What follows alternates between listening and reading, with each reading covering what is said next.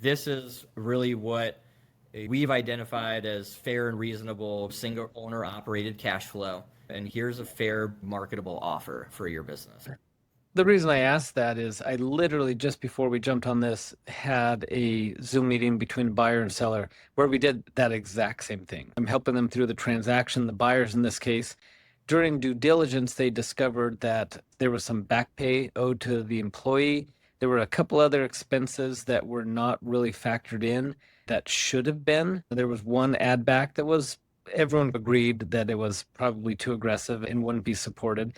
And so we went from a agreed upon $500,000 asking price down to $460,000, having explained that, look, we have to factor in the additional pay for the employee, the back pay, the promised rate now going forward, the additional add back that is really not truly an add back. And so that what we did is we agreed upon a market multiple, and we didn't change the market multiple. We just changed the seller's discretionary earnings figure, updated it, and now justified a $460,000 asking price rather than $500,000 asking price.